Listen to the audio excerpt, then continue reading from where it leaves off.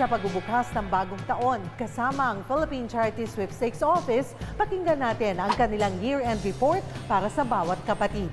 Patuloy ang ating engagement para maibigay namin sa media sa taong bayang report na kung saan ang PCSO ay nanatiling matatag sa pagtulong sa ating mga kababayang Pilipino. Magandang umaga mga kapatid. Ako po si Cheryl Cosim. Magbibigay sa inyo ng Alagang Kapatid. Alagang Kapatid.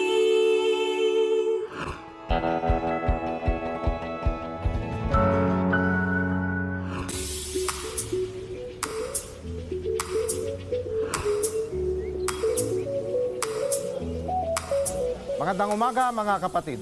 Ako po si Florante Solmerin, Deputy Spokesperson ng Philippine Charity Sweepstakes Office.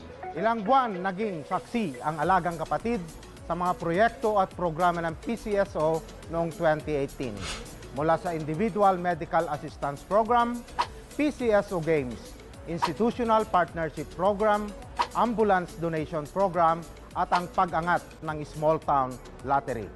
Kaya ngayon, masaya po kaming ibahagi ang aming year-end report sa Alagang Kapatid ukol sa lahat ng mga naganap sa PCSO at mga accomplishment ng ahensya. Una nating alamin ang year-end report ng gaming sector ng PCSO. Okay, good evening Pilipinas. It's another Multimillion Thursday night. At sa mga players natin nationwide, isang maswerteng gabi po sa inyong lahat. Yung 2018 natin is very fruitful sa PCSO. Kasi nakapag-generate tayo and meet natin yung sales target natin, and more than that, na-beat pa natin. Yung sales target natin as approved by the GCG is 58.8 billion pesos. And ang na-generate nating sales for 2018 alone is 63.5 billion pesos.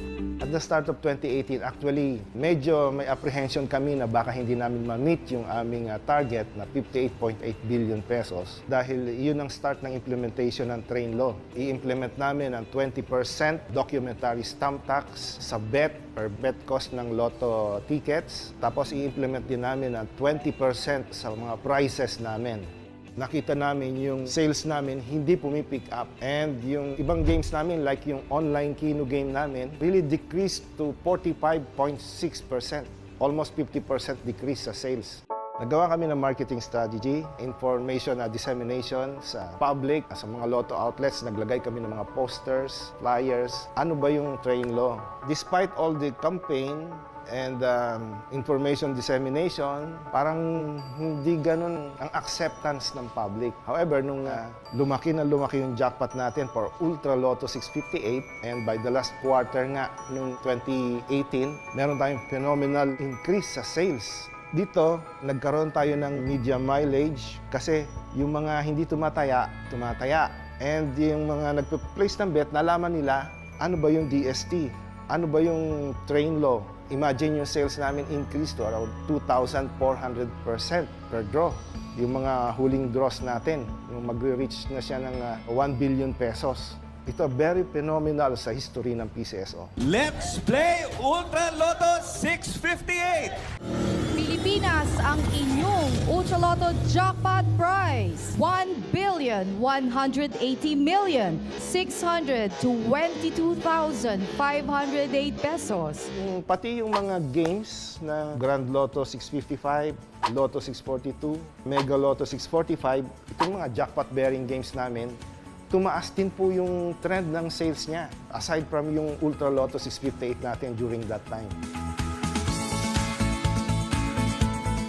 To further improve yung sales namin, ilo-launch namin yung balik-taya na nire-request ng aming mga players. Aside from that, meron din kami ginagawang strategy para mabilis yung trend ng pagtaas ng jackpot amount.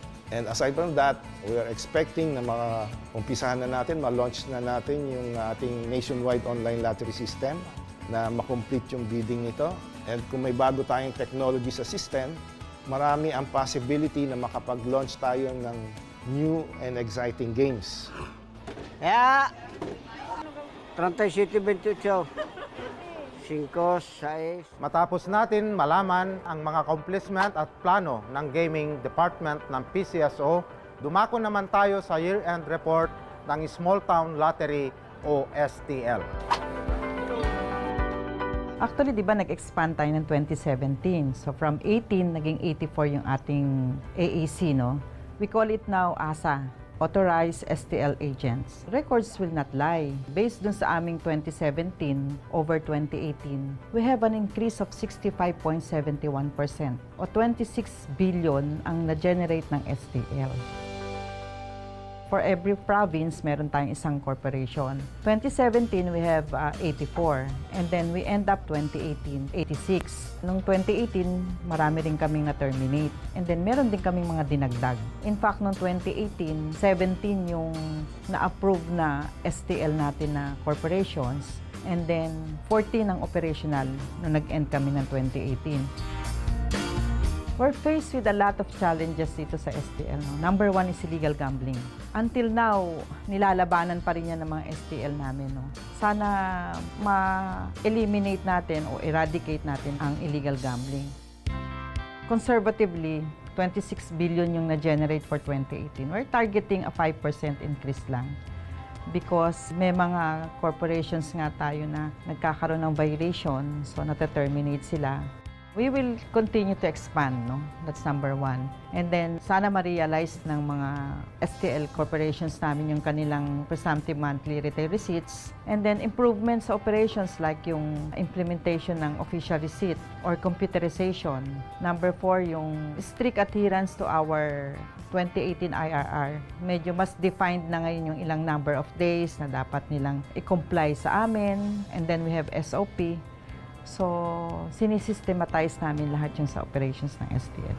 Sa pagbabalik po ng tulong kapatid ng PCSO, ibabahagi naman ng Charity Assistance Department ng PCSO ang kanilang year-end report at ang pagbabagong magaganap matapos maipasa ang Universal Healthcare Bill.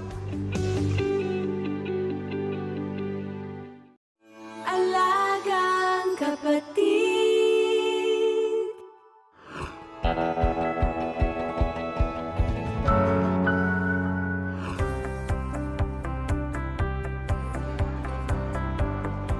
Nagbabalik po ang tulong kapatid ng PCSO. Matapos nating malaman ang year-end report ng PCSO Games at STL, tatalakayin naman natin ang year-end report ng Charity Assistance Department ng PCSO. Pero bago niyan, pakinggan muna natin ang mensahe ng ating General Manager, Alexander Balutan.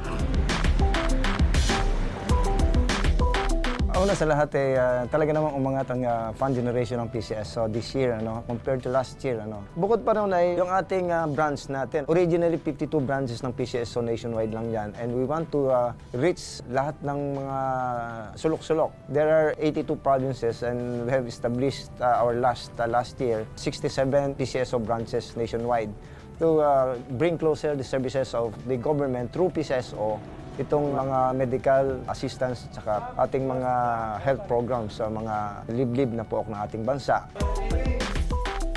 Also, we have increased yung job generation from almost 300,000 last year. Ngayon, inabot na siya ng kulang-kulang sa 400,000 jobs. Ito po yung mga kabo, kubrador, runner, revisyador at iba pang mga loto employees na nabigyan natin ng trabaho. At sa management naman, ang ating ahensya ay merong 92.5 na tinatawag natin na satisfaction rating. We maintain our credibility at yung services na dapat ibigay sa ating taong bayan ay nabibigay natin. Ang plano natin sa 2019 ay dagdagan pa ang ating mga branches nationwide. Balak namin, magdadagdagan pa sana ito ng mga 6 pa. Lalo na yung mga bayan at sa mga probinsya na tawid dagat. Ito ay inilalapit na natin sa kanila. Mga kapatid, narito naman po ang year-end report ng Charity Assistance Department ng PCSO.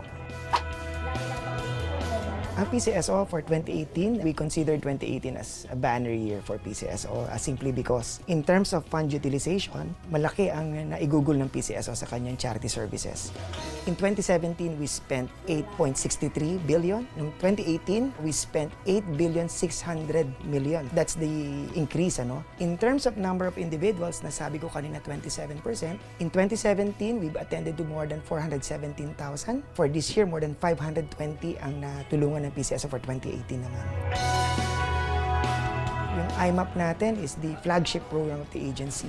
Ang role ng PCSO under the IMAP is to augment the financial challenge being faced by a person patungkol sa kanyang hospitalization, sa kanyang chemo, operation, anything related to medical financial aspect. Gumastos ang PCSO ng more than 150 million last year.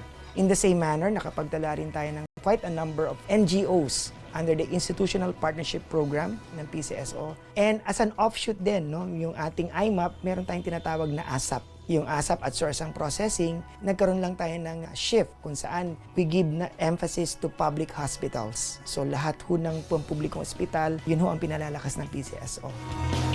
Ambulance Donation Program is a separate program of the agency. The Emergency Management Service or EMS or ALS and the Patient Transport Vehicle. Yung EMS, ALS na binibili ng PCSO ngayon, these are advanced life support units na para i-equip lang sila yung capacity ng public hospitals natin. While the PTVs or the Patient Transport Vehicles, ito ho yung ipinalit natin sa ambulance na intended naman ho ito sa LGUs and other organizations but with emphasis to government organizations. Pasado na sa Bicameral Conference Committee ang Universal Healthcare Bill. Sa ilalim nito, lahat ng Pilipino sakop ng UHC program. Ang mga balakin pa is, yun na yung sa UHC natin, Universal Healthcare Program, that we fully support yung programa ng ating Pangulo, na kung saan yung 5 ahensya ng gobyerno natin ay magtutulong-tulong para magkaroon ng no balance billing na ang pupuntang mga indigent patient doon sa hospital na yon. Ito yung PAGCOR, DOH, PhilHealth, DSWD, and PCSO. Ang commitment ng PCSO dito is mga 8 billion or 40% ng 30% ng charity fund ng PCSO ay mapupunta po sa PhilHealth, sa Universal Healthcare Program. Magta-transition kami na kung saan magbabayad kami sa PhilHealth sa third quarter ng 2019. Kasi itong first at saka second quarter ay meron pa tayo mga tinatransition, may binabayaran pa tayo sa mga ospital. Pag naging batas ang naturang bill ng UHC, ang direkta maapektuhan is the IMAP because it's individual-based. And UHC is, we're talking of individual assistance. And ang intention nga is PhilHealth being the implementer of UHC will have the sole responsibility in terms of implementing that bill. But yung institutional programs ng agency, like ambulance donation, institutional partnership, and other programs for that matter, mag-i-stay pa rin. Doon kami ngayon magfo-focus. Again, patuloy po nating tangkilikin ang PCSO, ang ahensya na ito na nagbibigay ng tulong, medical at lahat ng programang sa health ay para matugunan natin. At tumaya lang po tayo doon sa mga legal na laruin ng PCSO. Alagang Kapatid ay always a partner with us at katulad nito ay naihag natin sa ating taong bayan ang lahat ng gusto nating sabihin para maging open tayo, transparent tayo at paniwalaan tayo ng tao. Ako'y nagpapasalamat sa Alagang Kapatid TV5 at patuloy ang ating engagement para maibigay namin sa media, sa taong bayan ang report na kung saan ang PCSO ay nanatiling matatag sa pagtulong sa ating mga kababayang Pilipino. Ako po muli si Florante Solmerin at umasa kayong patuloy pa rin ang layunin ng PCSO na makatulong sa mas maraming Pilipino. Dahil serbisyo, trabaho, laro. Yan ang PCSO.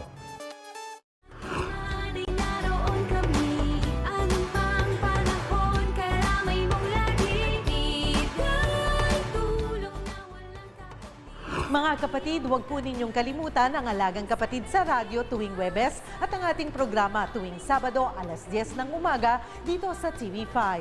Dahil ang aming misyon na maging tagapagbantay ng inyong kalusugan at tagapaglingkod ng mga nangangailangan, lalo pa po naming pag-iigihan. Muli, ako po ang inyong kapatid, Cheryl Cosim. Alagang Kapatid, ang lunas na alay namin.